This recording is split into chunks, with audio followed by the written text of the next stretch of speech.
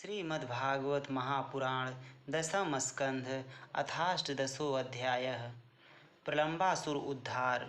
श्री सुखदेव जी कहते हैं, परीक्षित, अब आनंदित स्वजन संबंधियों से घिरे हुए एवं उनके मुख से अपनी कीर्ति का गान सुनते हुए श्री कृष्ण ने गोकुल मंडित गोष्ठ में प्रवेश किया। इस प्रकार अपनी योग माया से ग्वाल का सा वेश बनाकर राम और श्याम ब्रज में क्रीड़ा कर रहे थे। उन दिनों ग्रीष्म ऋतु थी। यह शरीरधारियों को बहुत प्रिय नहीं है, परंतु वृंदावन के स्वाभाविक गुणों से वहाँ वसंत की ही छटा छिटक रही थी। इसका कारण था वृंदावन में परम मधुर भगवान श्याम सुंदर श्री कृष्ण और बलराम जी निवास जो करते थे। झींगुरों की तीखी झंकार झरनों के मधुर झरझर में छिप गई थी। उन झरनों से सदा सर्वदा बहुत ठंडी जल की फूहियाँ उड़ा करती थी, जिनसे वहाँ के वृक्षों की हरियाली देखते ही बनती थी। जिधर देखिए हरी हरी धूप से पृथ्वी हरी हरी हो रही है। नदी, सरोवर एवं झरनों की लहरों का स्पर्श करके जो वायु चलती थी, उसमें लाल, पीले, नीले, तुरत के खिले हुए, देर के खिले हुए कल्हार, उत्पल आदि अनेकों प्रकार के कमलों का पराग मिला हुआ होता था। इस शीतल, मंद और सुगंध वायु के कारण वनवासियों को गर्मी का किसी प्रकार का क्लेश नहीं सहना पड़ता था। न दावा अग्नि का ताप लगता था, न तो सूर्य का घाम ही। नदियों में अगाध जल भरा हुआ था। बड़ी बड़ी लहरें उनके तटों को चूम चूम जाया करती थीं।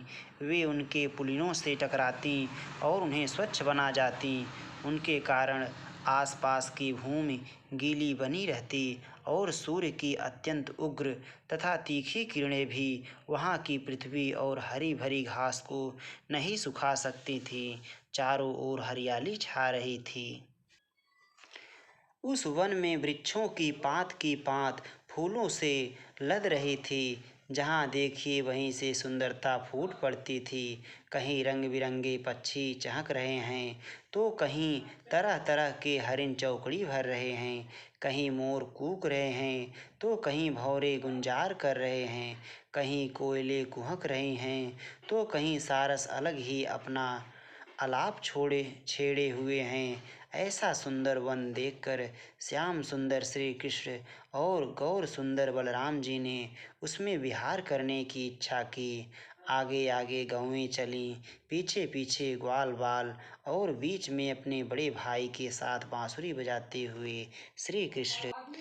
राम, श्याम और ग्वाल बालों ने 9 पल्लवों, मोर पंख के गुच्छों, सुंदर सुंदर पुष्पों के हारों और गेरू आदि रंगीन धातुओं से अपने को भांति भांति से सजा लिया।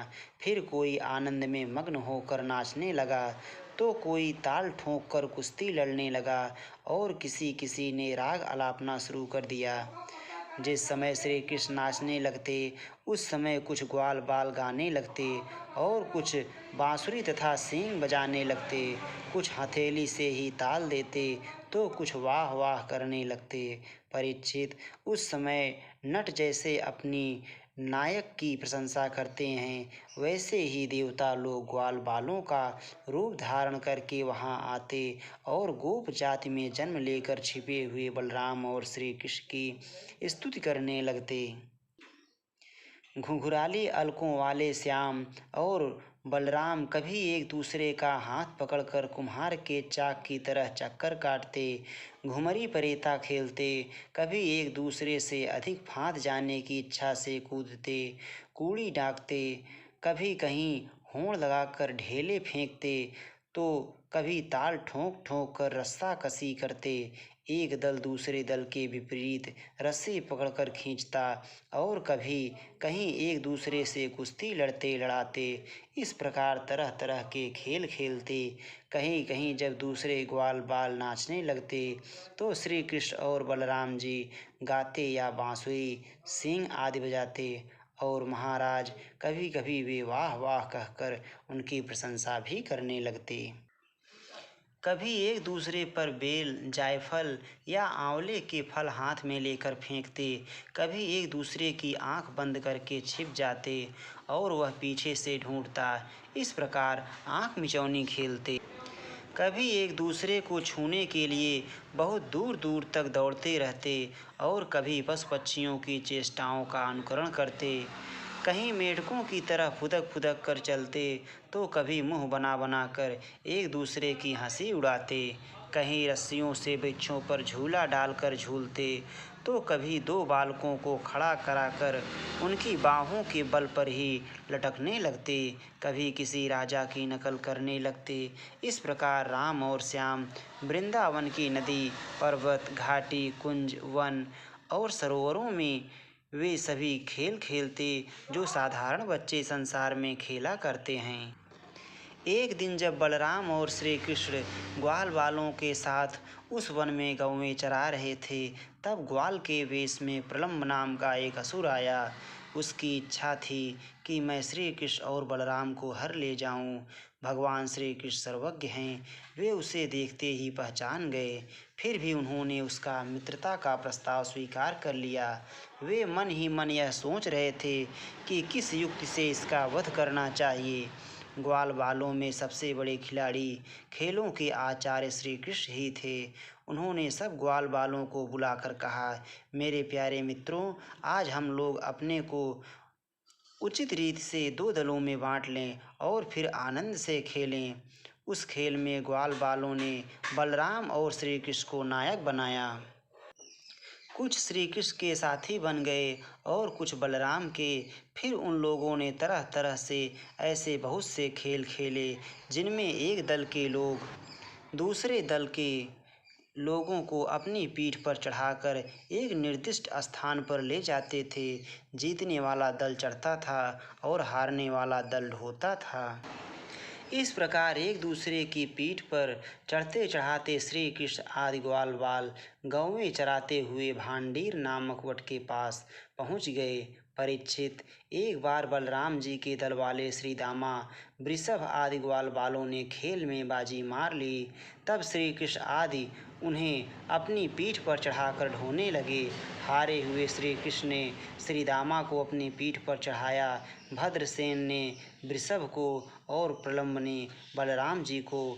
दानव पुंगव प्रलम्ब ने देखा कि श्री कृष्ण तो बड़े बलवान हैं, उन्हें मैं नहीं हरा सकूंगा, अतः वह उन्हीं के पक्ष में हो गया और बलराम जी को लेकर फुर्ती से भाग चला और पीठ से उतारने के लिए जो स्थान नियत था उससे आगे निकल गया।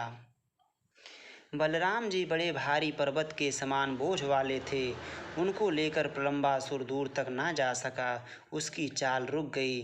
तब उसने अपना स्वाभाविक दैत्य रूप धारण कर लिया। उसके काले शरीर पर सोने के गहने चमक रहे थे और गौर सुंदर बलराम जी को धारण करने के कारण उसकी ऐसी शोभा हो रही थी मानो बिजली से युक्त काला बादल चंद्रमा को धारण किए हुए हो। उसकी आँखें आग की तरह धधक रही थीं और दाढ़ें भौहों तक पहुँची हुई बड़ी भयावनी थी। उसके लाल लाल बाल इस तरह बिखर रहे थे मानो आग की लपटें उठ रही हों। उसके हाथ और पाँवों में कड़े, सिर पर मुकुट और कानों में कुंडल थे। उनकी कांति से वह बड़ा अद्भुत लग रहा था। उस भयानक दैत्य को बड़े वेग से आकाश में जाते देख पहले तो बलराम जी कुछ घबरा से गए, परंतु दूसरे ही क्षण अपने स्वरूप की याद आते ही उनका भय जाता रहा। बलराम जी ने देखा कि जैसे चोर किसी का धन चुरा कर ले जाए, वैसे ही यह शत्रु मुझे चुरा कर आकाश मार्ग से लिए जा रहा है। उस समय जैसे इंद्र ने पर्वतों पर वज्र चलाया था, वैसे ही उन्होंने क्रोध करके उसके सिर पर एक घूंसा कसकर जमाया। घूंसा लगना था कि उसका सिर चूर चूर हो गया। वह मुंह से खून उगलने लगा। चेतना जाती रही और बड़ा भयंकर शब्द करता हुआ इंद्र के द्वारा वज्र से मारे हुए पर्वत के समान वह उसी समय प्राणहीन होकर पृथ्वी पर गिर पड़ा। बलराम जी परम बलशाली थे। जब ग्वाल बालों ने देखा कि उन्होंने प्रलम्बासुर को मार डाला, तब उनके आश्चर्य की सीमा ना रही। वे बार बार वाह वाह करने लगे। ग्वाल बालों का चित्त प्रेम से विह्वल हो गया। वे उनके लिए शुभकामनाओं की वर्षा करने लगे, मानो मर कर लौट आए हों।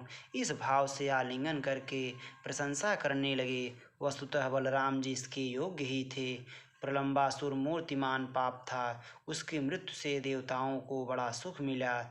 वे बलराम जी पर फूल बरसाने लगे और बहुत अच्छा किया, बहुत अच्छा किया, इस प्रकार कहकर उनकी प्रशंसा करने लगे।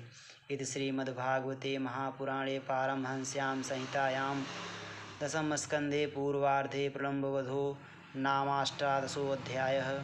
श्री राधा वल्लभ लाल की जय।